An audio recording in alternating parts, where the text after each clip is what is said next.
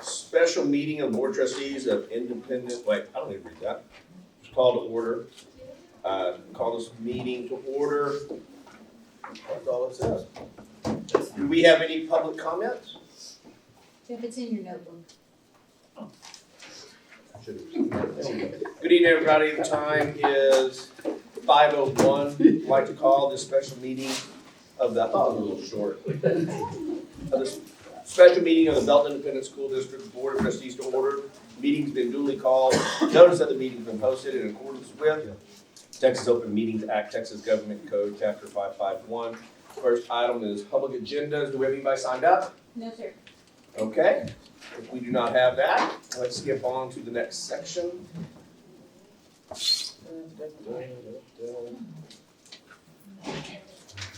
All right. Matt? Since we don't have anything, yep. Mr. President, Board of Trustees, it is an exciting night for us tonight. This started with a discussion with Manuel and our policy committee members back in the fall. We had a special guest with us tonight, Eric Narcisse from TASB, and this is a TASB policy review session. And so this first part of the evening is training that he's going to take us through regarding policy, role of the administration, etc.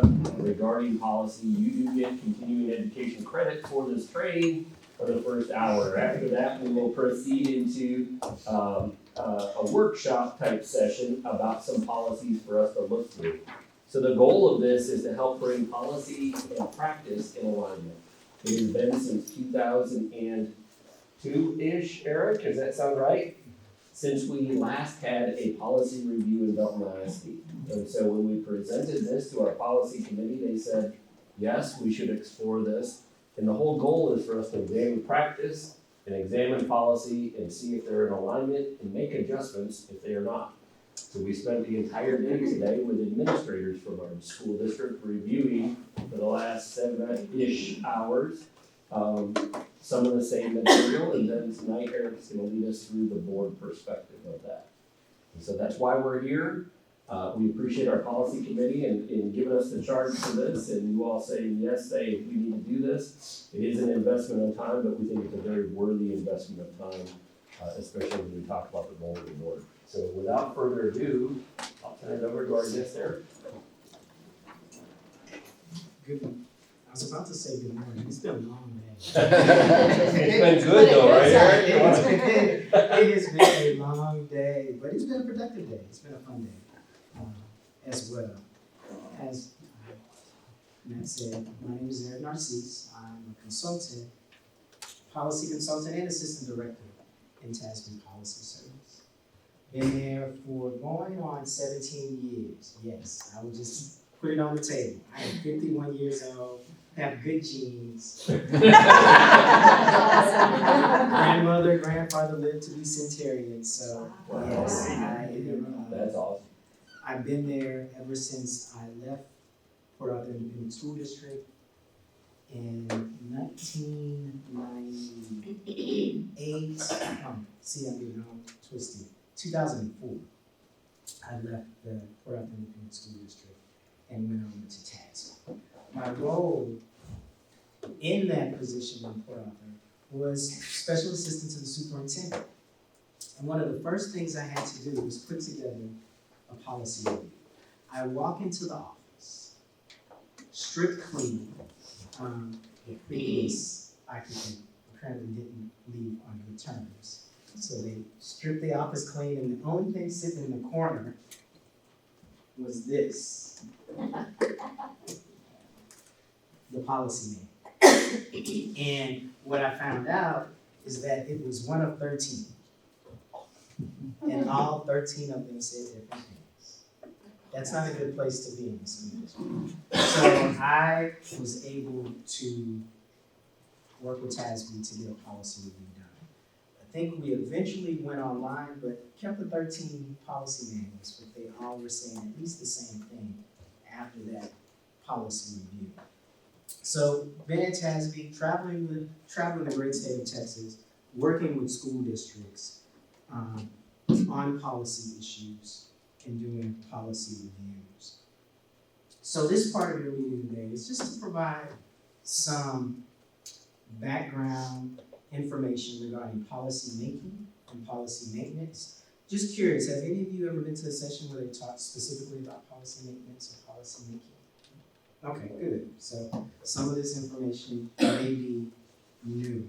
So what are we gonna do today? Make sure you yeah, the clip is ready. So you do have a handout.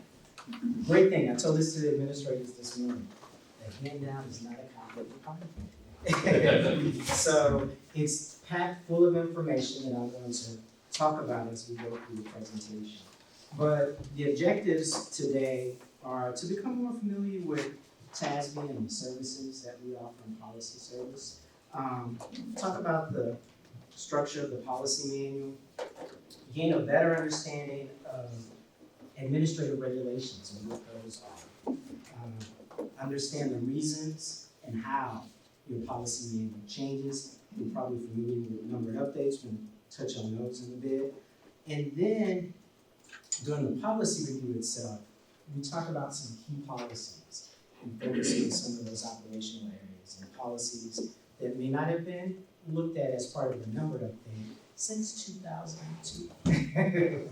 So it's a good time to conduct a policy review. In your handout, you will have some key terms, but at any time, if I can get into acronym mode, and I will just start spouting out not only policy codes, but acronyms for other things. If none of that makes sense, please stop me. I'll be more than happy to answer any questions or if something is unfamiliar to you. But that's just a short list of some of the terms that we might talk about today. Yes, sir. The services that you guys provide, is there a cost for it? Is that just part of being a member of TASB, or is there an individual cost? Good question. So let's talk about that. So to get access to policy service, you have to be a member of TASB. Okay, so that's the first thing. So membership in TASB. And then policy service membership is an additional fee as well. But with that comes the consultation with staff on policy issues, as board members call, as well. Drafts, all of that is included in that particular service. Now, the changes to policies themselves, there is an additional cost for those. The updates, there is an additional cost. But membership into policy services through TASB and then individual membership itself. And then there are individual services like these. Now, we have a policy committee meeting once a month. Mhm. So if, and there's many times when council's here with us during that time period, we ask for questions. Obviously, not just legal, but the local policies as well. Would it cost us to have, like, you appear or someone from TASB appear virtually in case we had questions, if we had something that was a little bit outside of the normal realm of things? I would have to talk to the person who goes to the pocketbooks at TASB Policy Service just to double check. I know that if we're doing training, individual training outside of this and those sort of things, and making special trips to the district, they're usually cost, but it just depends. We'd have to talk about it. How common or uncommon is that? I have not done it in my 17 years. Oh, okay, so it's quite uncommon. You know, just one housekeeping item, I set up all the tents so that you were facing that way, so if you wouldn't mind sending your name. I messed up so you can see who you are. because I was supposed to be seated over there. Janet all the way. And I like to run, again, some of the folks who were there this morning, they may hear some of the same jokes, so I apologize. But I like to do the TED Talk thing, but this is not gonna be a TED Talk because it's gonna be longer than 10 minutes. Because I'm sure you would want more than 10 minutes credit, right? So I just like to kind of stand and move around. So thank you, yeah, I kind of messed up everything. So got the objectives. And yeah, feel free to ask questions as the presentation proceeds. So, TASB Policy Consultant, what is that? Okay, so to sum it up, think of us as having three roles: gatherers, collaborators, and drafters. Okay, those are the three roles we have as a policy consultant. So in terms of gathering, What we do is we keep an eye on legislative changes that are happening through commissioner rules, state board rules, federal rules that might impact school districts. And we work closely with TASB Legal Services to monitor all of those sources of information. And as they are being deliberated, we continue to see what is going to be the impact. We understand there's going to be impact to legal policies, what's going to be the impact to the local policies. So we're gathering all that information. How is that helpful to the district? We want our district administrators to spend the bulk of their time working to ensure that the students in Belton ISD are getting the best education they can. Okay? So we can take that off of their plates. We're helping in a small way to achieve TASB's mission of promoting educational excellence in Texas school districts. Okay? So we just keep an eye on all that information.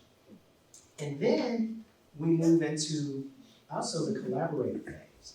Sometimes, as they're considering legislation, we have a governmental relations division that works closely at the state capitol. So when bills are being proposed that could impact school districts, sometimes they need some information regarding, okay, what's going to be the impact on policy?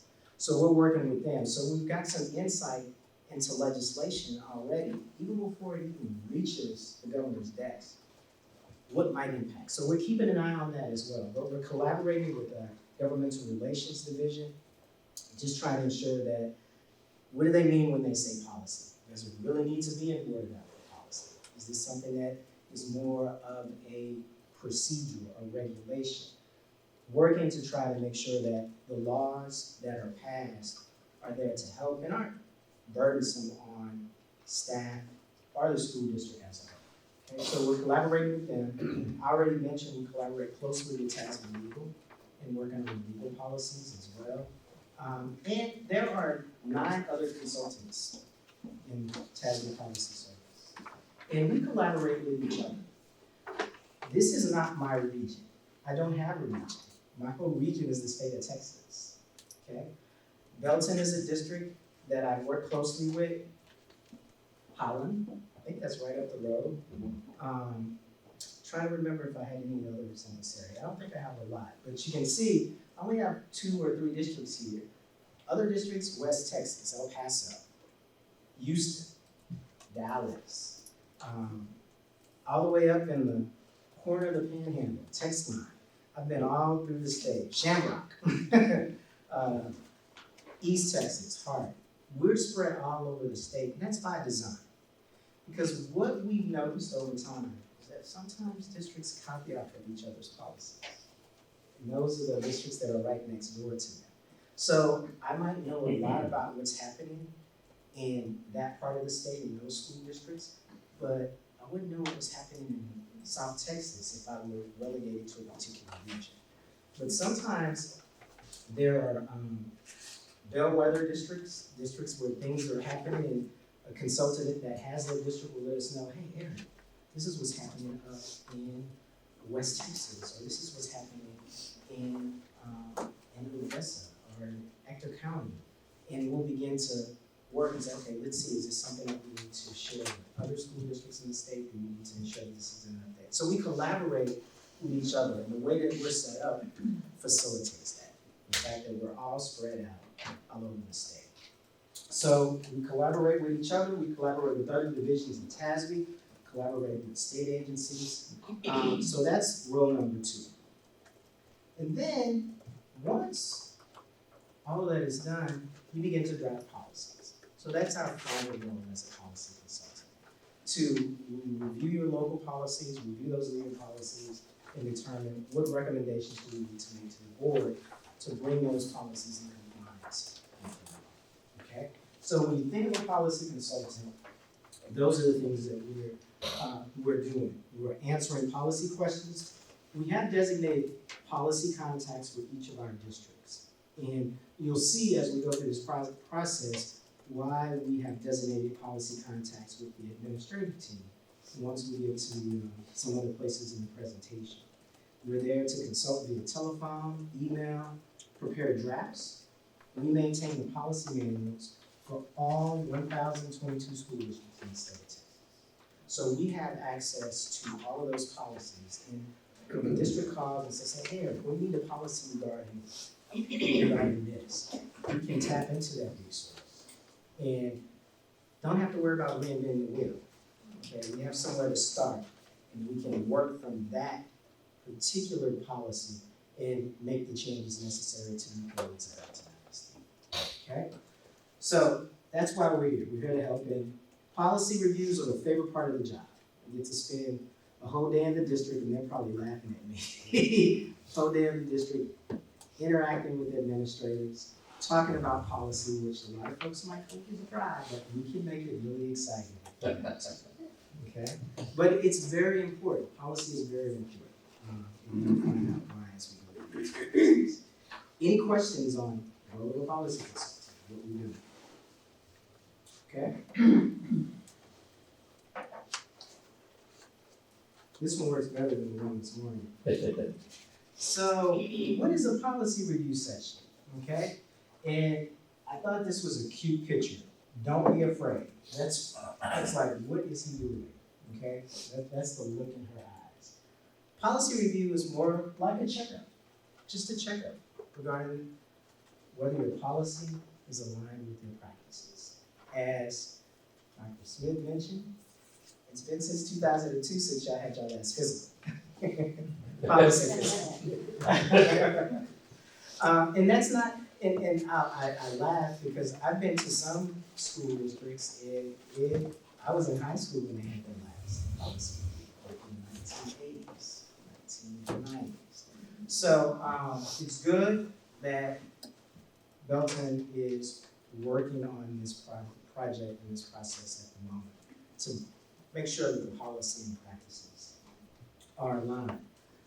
As Dr. Smith mentioned, the process started some time ago, and after everything was determined that we would be moving forward, I sent a questionnaire to the district, and it was a policy review questionnaire. And I asked the district, please respond to this questionnaire based on what your knowledge of the district's practice is. Don't look at the policy manual.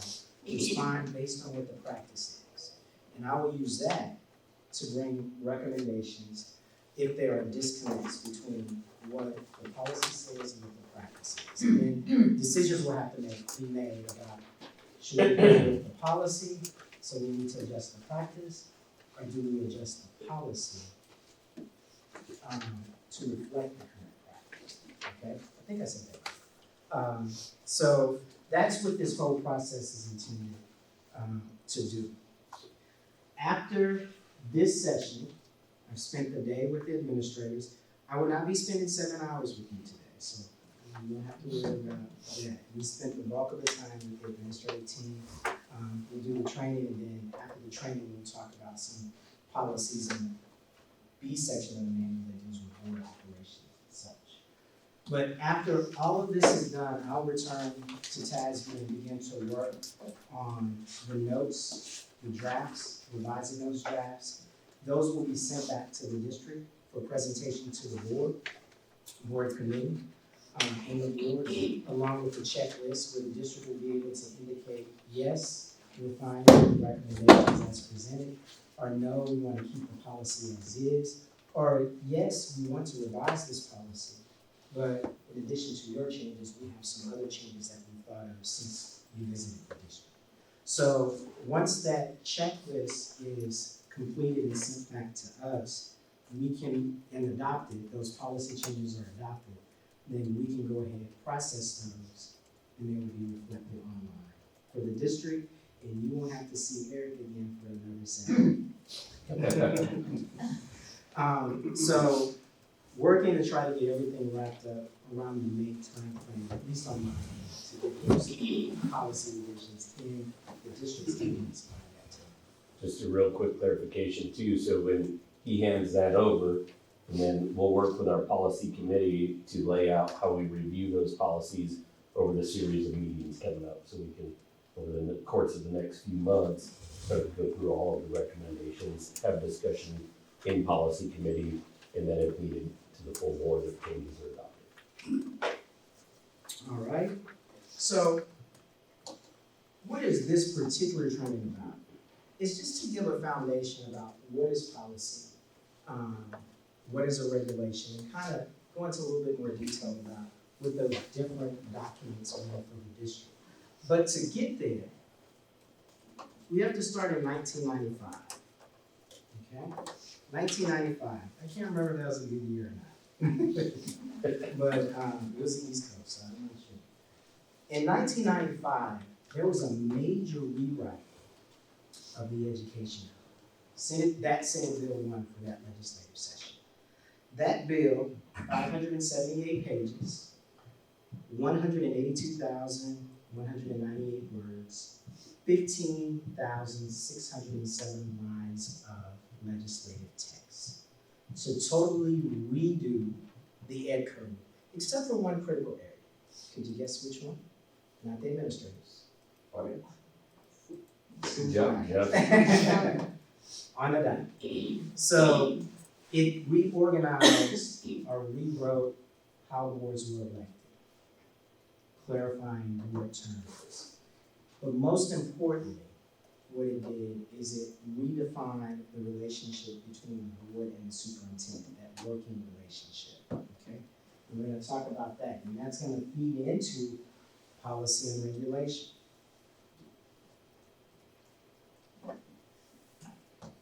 So, governance and management was a key focus, one of the key focuses amongst many during that legislative session. And the legislature was trying to clearly define, okay, where does the management responsibilities rest and where do the governance responsibilities rest, okay? And in doing that, they set up what almost looks like a corporate structure, okay? So when I was growing up, when I thought about a corporation, I would think about Lehigh, Coca, and Chrysler. So that ages me too, right? He was the model CEO. He took care of the day-to-day operations. Their board of directors would meet, sometimes quarterly, I believe, to lay out expectations. And he was there to run the day-to-day operations of Chrysler. Okay? So that was kind of the model that the legislature was looking at. So what came of that? Trustees, they even use the terminology. As a body corporate, have the exclusive power and duty to govern and oversee the management of the public schools of the district. So that's critical. Because prior to 1995, what did this read? The trustees have the exclusive power and duty to govern and manage the public schools of the district. So, using my reading comprehension that I learned from the University of Texas at Austin. You're in a rough crowd for that What this means is that the board's responsibility and duty is to govern, but the management responsibilities rest elsewhere. That was confusing prior to 1995. So, what is governance? Let's just focus on this piece. So, what is governance? So, I went to the source of all sources, Wikipedia, to get that definition. Governance is the act of making decisions that provide direction. As a board, how do you provide direction? Give me a couple of examples. Say it loud. Goals. Right there. Those are providing directions. Where else?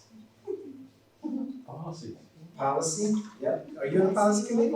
He's the ball. Depends on your question. So those are two classic examples of how the board provides direction to staff, to students, to the community, to parents, to everyone. Okay? Through those goals, mission statement communicates a lot. It provides a lot of direction. Vision statement providing a lot of direction. So that's one act of government. Granting power and authority.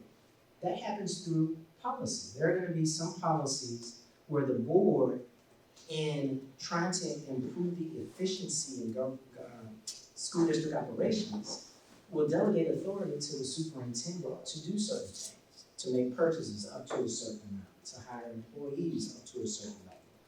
That delegation, where the board is delegating some of its power, takes place through policy.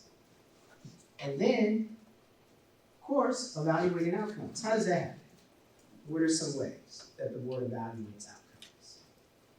Examples. And we review the district, what's it called?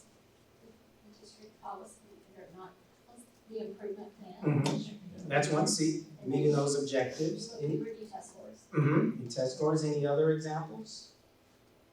Evaluating the superintendent, but also sometimes evaluating the effectiveness of power. All of that falls under governance. So that's what the legislature was trying to clarify back in 1995, okay?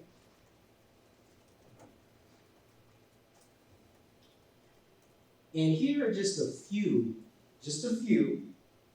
of your duties as a board, okay? Hire, evaluate the superintendent, collaborate with the superintendent, adopt the budget. I want you to sort of make a mental image of that, because you're gonna see the complement of that on the other side in a second, the management side, okay? So hire and evaluate the superintendent, collaborate with the superintendent, adopt the budget, establish the tax rate, establish performance goals, adopt policy. You're gonna see some alignment when we get to the responsibilities of the superintendent, okay? At any time, if you have some free time and it's rainy and dreary outside, feel free to go to your policy online, find BAA, and read the 3 or 4 pages that list all of your responsibilities and duties as a board. Only if there's nothing else that you can be doing. So, adopt policy. So let's talk a little bit about what the policy is. Prior to me joining TASB and even working in the school district, when someone would say policy, I would think of refund policies, exchange policies, those just policy in that sense. But once I began working in the school district and specifically working with TASB was where I got that paradigm shift on policy. There are differences. I did know about public policy. Think of the LBJ School of Public Policy, the JFK School of Public Policy. So let's talk about the differences. So when we're talking about public policies or public policy, we're talking about the principles that guide decision making. And the public policy in Belton may be slightly different than public policy in Holland or Temple, or what's another nearby district? Killeen, right up the road, okay? So the principles, the philosophy under which the district operates is driven by what did the community feelings, what are the community's focus, what are the community's priorities? So that public policy is developed from within that community. That's why it differs. And we're talking about big P, public policy, okay? In no way, when I talk about little p policy, am I minimizing the word policy, just trying to make the distinction, okay? So when someone talks about public policy, that's what they're talking about. And you will see evidence of public policy, values and beliefs, your vision. If you're looking at someone's budget, a district's budget, if a district is focusing on ensuring that all students in that district have a technology necessary to be successful, you're gonna see that reflected in that budget. You would be able to look at a variety of documents to kind of get a feel, what is this particular district's, what are they valuing, okay? So that's what we're talking about when we refer to public policy. Some policy, and that's the documents that you see a lot of that reflected. Now, when we talk about board policy, and just for conversation, little p policy, we're talking about those mandates, authorizations, legally required choices necessary to run the district. So basically the law of the school district. So that's what we're focused on. Your big P public policy will guide board policy as well, okay? But for our purposes, this is what we will be focused on today. Any questions on sort of the governance side, board policy, which is the governance tool used by the board? Any questions on that? Okay? So let's move to management, okay? Remember that statute 11.151B, govern and oversee the management. This is where management rests. Superintendent is an educational leader and the chief executive officer. Almost sounds like a corporation, right? I sometimes change the E to education, executive to education, chief education officer, but CEO. So you see more evidence of that sort of corporate model in the law.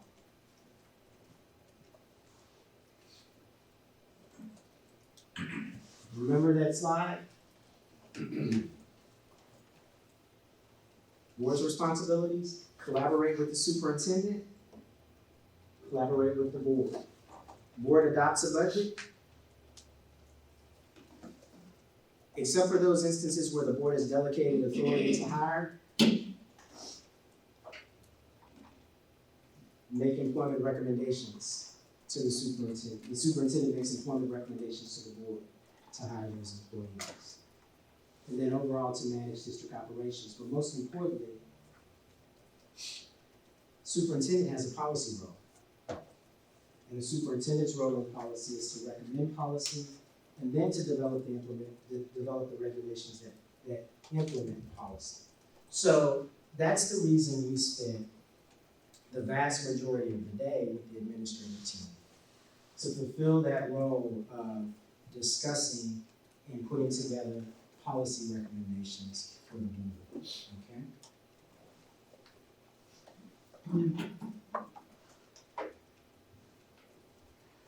So when we talk about how policy comes to be, we always focus on the policy side. You see what I was trying to do there? Big blue book, big blue track.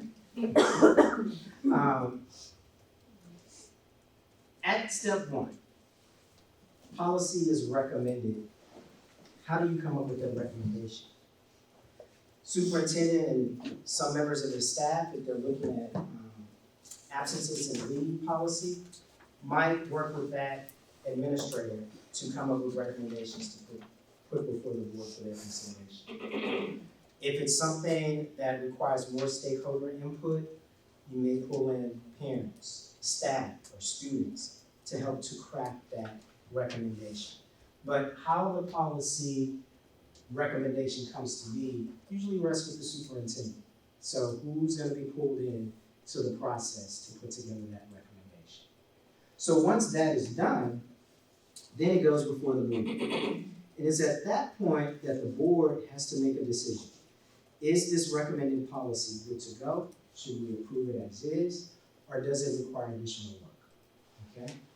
And if it requires additional work, it will go back to step one. If not, it will move forward to the next phase, which is implementation. And it's at that point that the superintendent and staff will put together the regulations that will put in place or implement the policies that have been adopted, okay? Now, many folks think, okay, it's been recommended, it's been adopted, the regulations have been drafted, we're good. Not necessarily. It's important, what was that? Governance, evaluate outcomes. One of the governance responsibilities is to evaluate outcomes. Sometimes it's important to monitor policy. Is the policy having the impact that it was intended to have? If we're trying to improve employee attendance, and we put in place some type of employee incentive program, is that incentive program having the impact to increase employee attendance after it's been implemented? So that's one example, gathering the data to ensure that the policy is having the impact that it was intended to have. And if it isn't, it may be time to continue that cycle again. So I always look at policy and the formulation of policy more as a cycle than from, I say, running laps in the sprint. Because you're gonna continually be monitoring some policies. All policies might not need to be monitored, but monitoring policies to ensure that it's having an impact.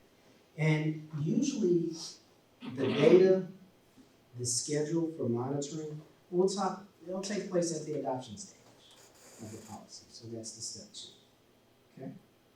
Any questions on the policy cycle?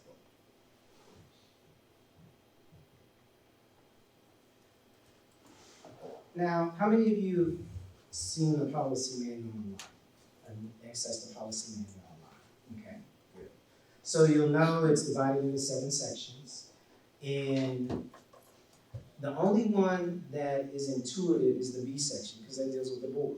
Everything else, A section is just district foundation, C sections deal with business, D with personnel, E instruction, F with students, and G the public. So if you're ever just trying to figure out, okay, where is it in the manual? If you know the general topic, using those as guides will kind of point you in the right direction. If you're using policy online, you can type in what you're term you're looking for. Sometimes policy online is a little too helpful. We'll send back a whole list of policies for one term, but you'll begin to narrow down what you need. The coding. We were having fun today with the various codes. DEA, which has nothing to do with the Drug Enforcement Agency and more to do with salaries. FDA, which deals with transfers and not anything dealing with states or other types of. They are just all for categorization purposes, okay? So if you ever just take a look at the table of contents, you'll kind of see, you start off with a major section and then kind of subdivide into that. So don't try to attribute any type of meaning to the code other than reference points. Now let's talk specifically about the 2 categories of policies. We have legal policies and we have local policies. I'm gonna ask this question. Are legal policies adopted by the board? No. Check. They're continuing y'all good streak of checks that we had this all day today. I'm really proud y'all continued that. We Yeah, worked hard. Yeah, We worked hard on that that. streak. Great job. They are not adopted. Legal policies are essentially the law, state law, federal law, state board rules, commission rules. They are there primarily as a reference. I don't know how many of you might be familiar with the school law bulletin that will put together all of the laws, education laws, dealing with contracts and a host of other issues.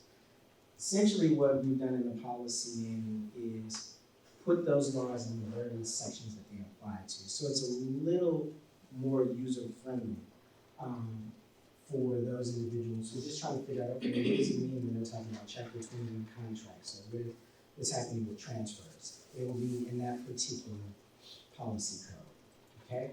So legal policies, not adopted by the board. That's one category. The other category, and the one that is most important, is your local policies, okay? So local policies reflect those school board decisions, and they are primarily there, as we mentioned before, to provide direction. But they're also there to ensure that decisions in the district are fair and consistent and not arbitrary and capricious. So when an event happens, if it were happening to person A and person B, you look at the policy, and if they have similar circumstances, they would be treated the same, okay?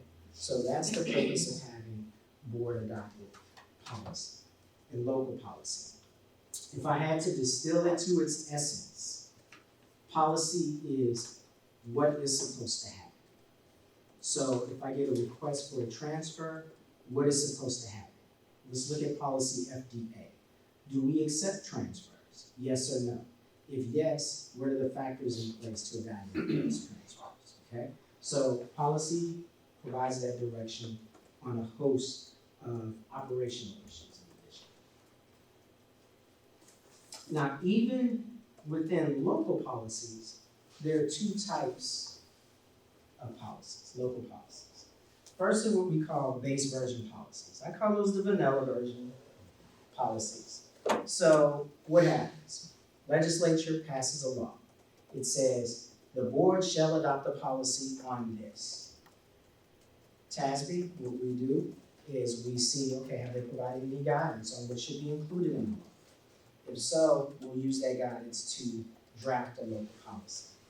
And that policy will become a base version of the policy, okay? Best example that I can think of at the moment is policy EHBAF, deals with video, audio monitoring of special education classes. Legislature said every school district has to have a policy related to this.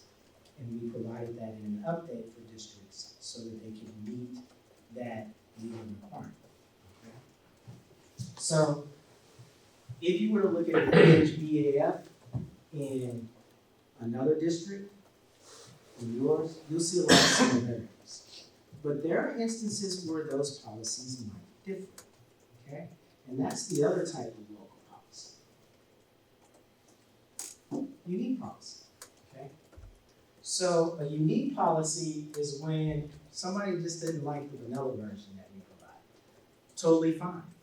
Because keep in mind, we're writing policy that will be disseminated to 1,022 districts that range in size Houston to the little bitty school district outside of San Antonio that has 25 students in the entire school district.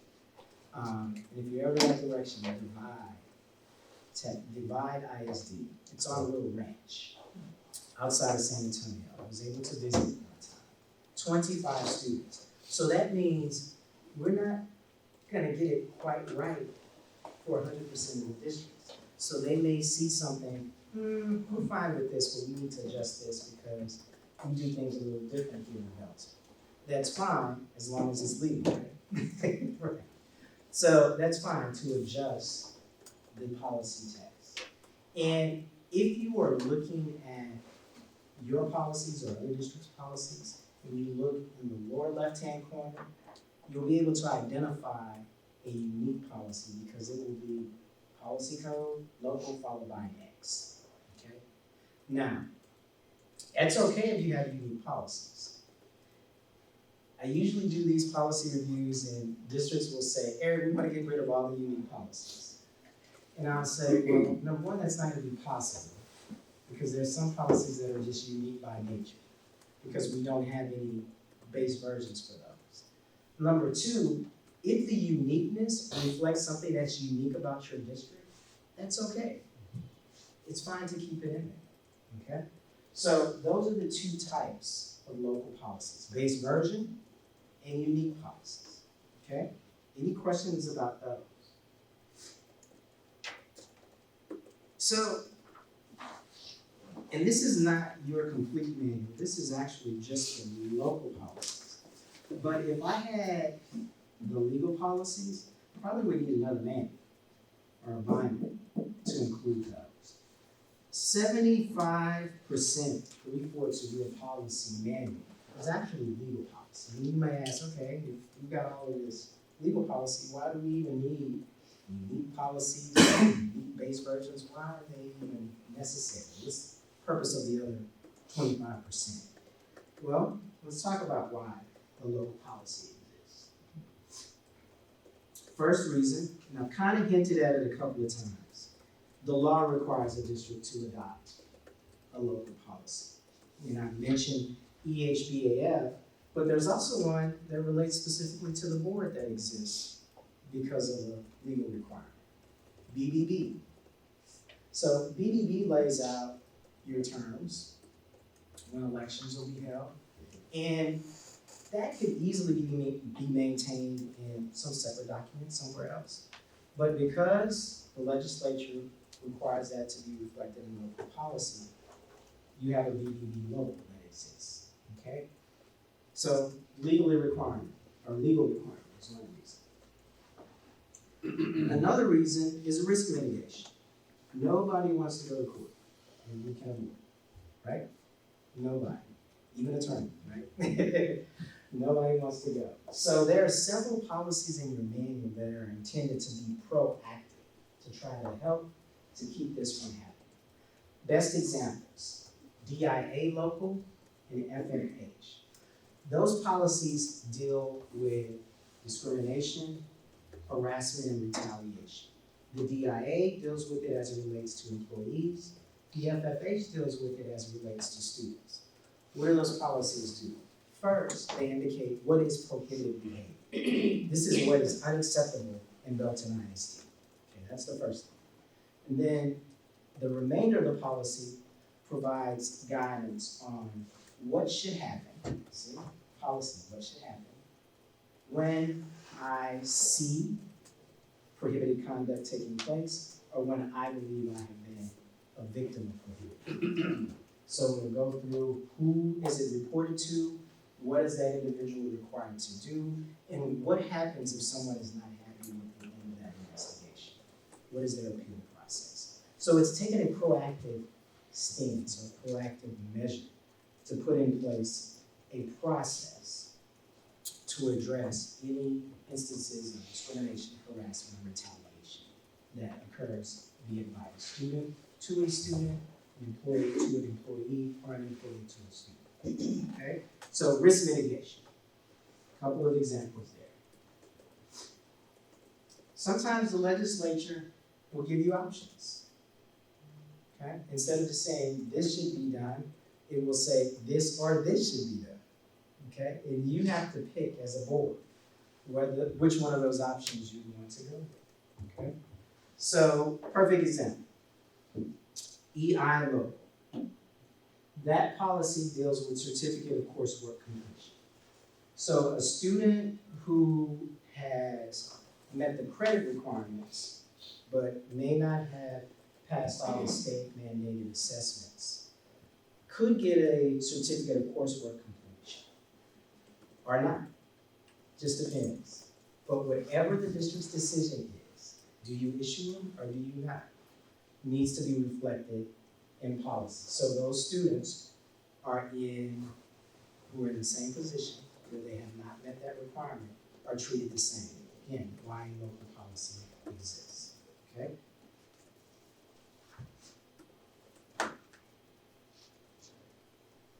Going back to the definition of governance. I mentioned that sometimes the board will delegate authority to the superintendent. Again, most of the time that's just for efficiency. When we think about DC law, hiring authority, some districts will delegate all hiring authority to the superintendent. Some districts will delegate only at-will hiring authority to the superintendents. And some districts will delegate part of the hiring authority for contractual employees to the superintendent.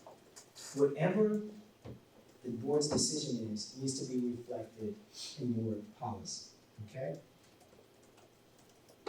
The other good example is purchasing. So in this district, the purchasing authority for the superintendent is up to $50,000, okay? So anything below that, superintendent has the authority to authorize that purchase. That's gonna be a little different in, let's say, Houston, Texas, where $50,000 purchases, anything above $50,000 might be on the agenda, a very long agenda. Their pencil budget might be $50,000. So their threshold might be a little higher than that. It could be $100,000 or $250,000. And why do they make those decisions? Efficiency. Should your board meeting be laden with 15, 20, 30 approvals for purchases? If there's a more efficient way to take care of that. No. Let's see if we can delegate the appropriate authority to take at least that information or that responsibility off the board's plate. So it can focus on monitoring test scores, looking at the objectives, have the objectives been achieved in those sort of things. Board operating procedures. Section B, we're gonna talk about that in the second meeting. We'll talk about why we had to do 2 meetings when we get to the second meeting. But board meeting minutes, or board meeting public participation. How many board members does it take to call a special meeting? All of those things are laid out in the B section of the manual. And those are your board operating procedures. I even checked online, you actually have board operating procedures, okay? And that's good, a lot of districts don't. So those things that are adopted by the board policy, board operating procedures, board policy.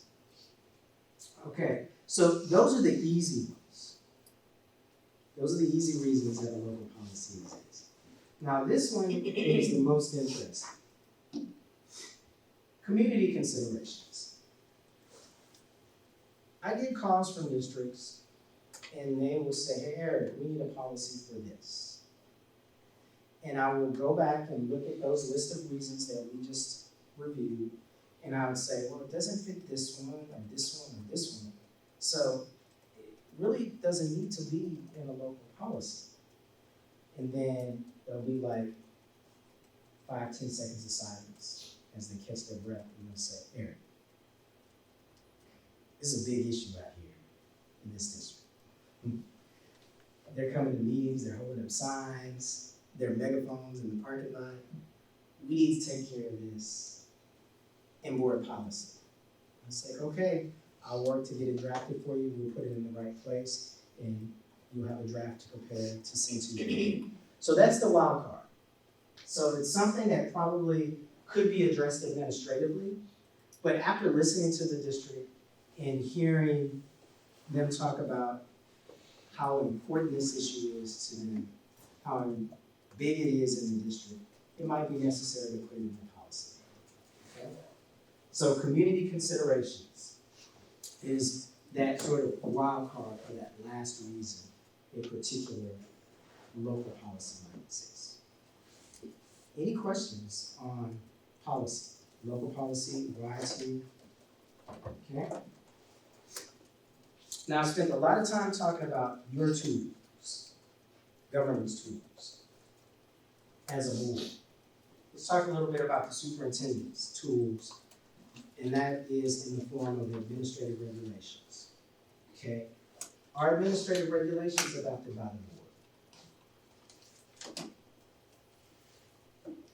Yes? No? No. Say it loud? No. No, they are not.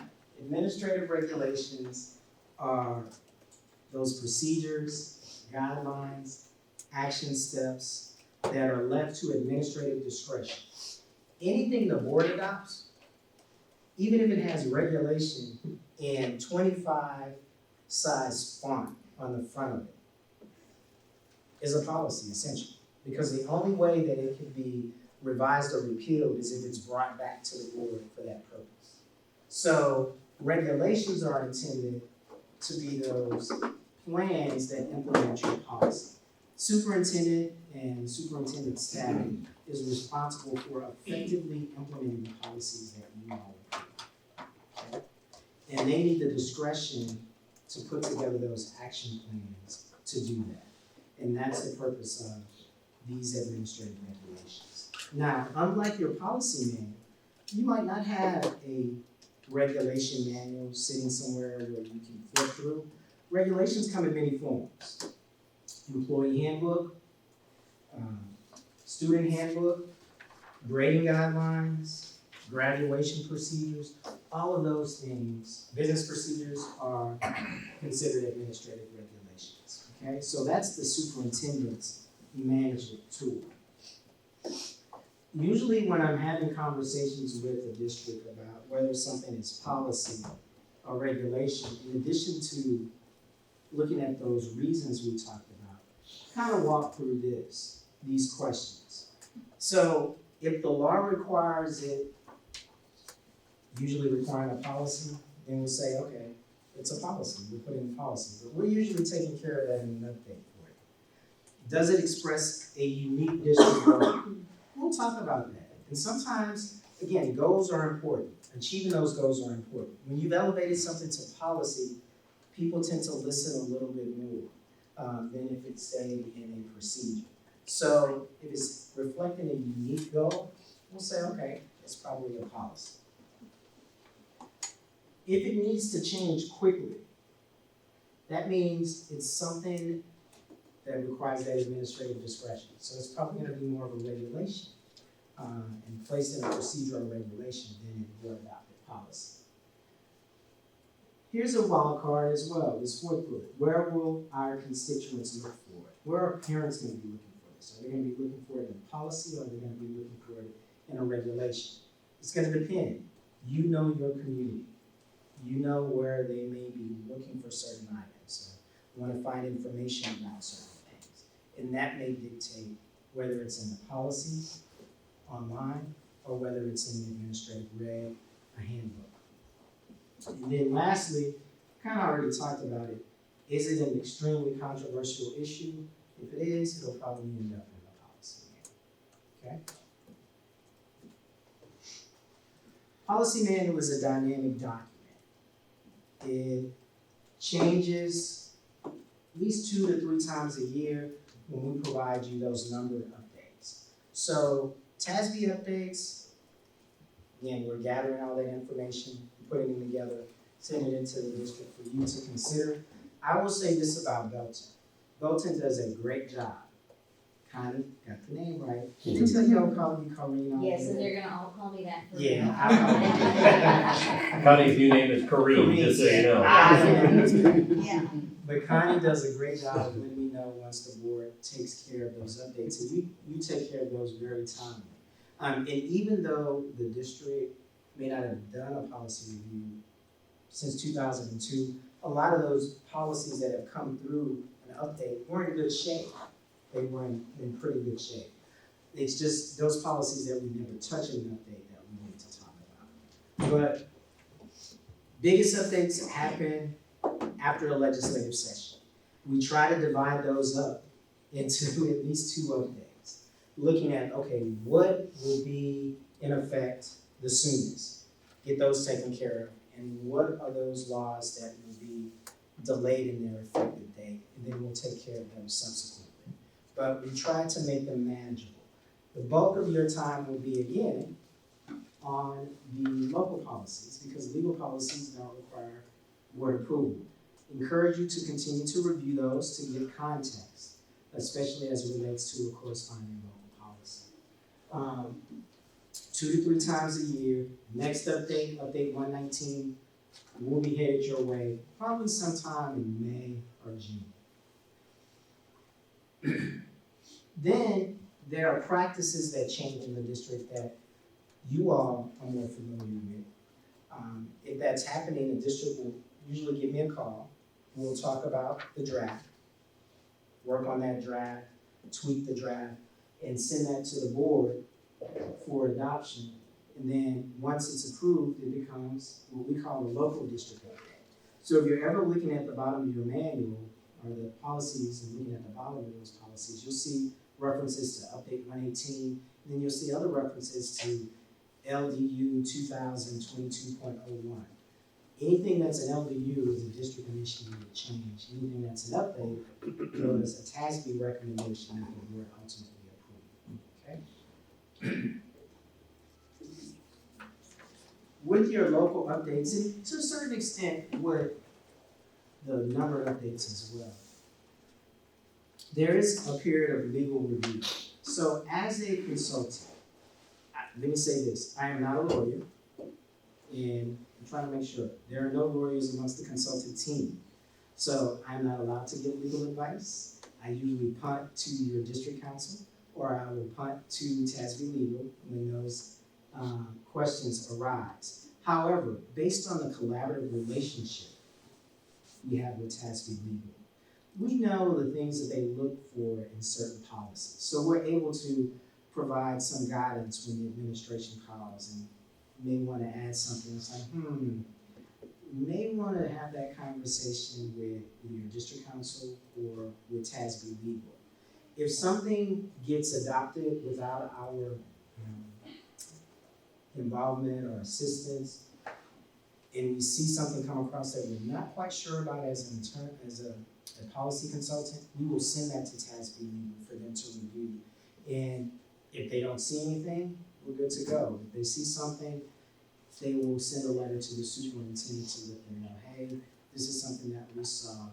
We defer to the district, and we do. We provide the advice, and that's it. It's almost the Las Vegas rule, right? What happens if the policy stays in the policy. So, and the district makes a decision on whether to adopt it, make the change, or to keep the policy as it is. Again, we're here to help you, and we'll provide the advice, and we respect whatever decision the district ultimately makes. Okay, so that's the legal review. Few takeaways as we wind down. Policy alerts. Sometimes you will get urgent policies that may come your way outside of an update. And the most recent example, and I can't remember if you all were in the cycle for the special education audit or not. Somebody would have to, it doesn't sound like you were.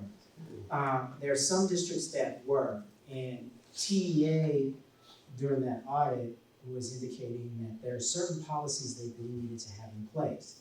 This is where the collaboration kicked in. Communicated with TEA, they said this needed to be in place. We drafted some policies, and we contacted districts who were going to have those special education audits done in the next month or two. Those districts that aren't, we're gonna give those policies to those districts and update 119. But we sent out a policy alert to those districts because we really couldn't wait till an update, and we wanted them to get that taken care of so they didn't get dinged in their audit. So policy alerts go to the superintendent, superintendent's executive assistant, and in a district where those two individuals might not be our policy contact, it will also go to the designated policy contact in the district. We've already talked about the numbered updates. I already talked today with the administrative team. Once these revisions, if they are adopted, they'll need to look at those regulations to get those adjusted. This is actually a good time to be doing the policy review because once those policies have been reviewed by the board and if they are approved, then by the start of the next school year, you've got the handbooks and everything that could be worked on during the summer. District practices change. District is really good about that. Contact me and we'll work through drafts. Mission statement or vision statement. Anytime a district is in, a board especially, is considering a policy, think about, is this particular revision to this policy moving us closer to our vision, our ultimate vision, or our district goals? Is it consistent with our values and beliefs? That guide, and that's the guide that guides you in all your decisions, budget, should be the same in policy as well. That's my contact information. I believe it's also on the handout. And I used to have a nice slide because I always like to end this to thank you as a volunteer in your district, a school board member. It takes a lot of time, a lot of effort, a lot of patience, but you're doing it for the children of Belton ISD. And at TASB, we want to thank you for your service and the time that you give for the students here in the school district. And on the dot, that's an hour credit. All right, where do we get our number? I was about to say Korean again. All right. And So it is 9733. 9733. And let me just say this, they had a fancy QR code that you would be able to scan. I just wasn't able to get it into the presentation. But 9733, and the only thing is, you need to get it done. What time is it? 6:05. Yeah, within the next 24 hours. So try to get that done quickly because it expires apparently. All right, let's see. There being no further business, meeting adjourned at 6:06.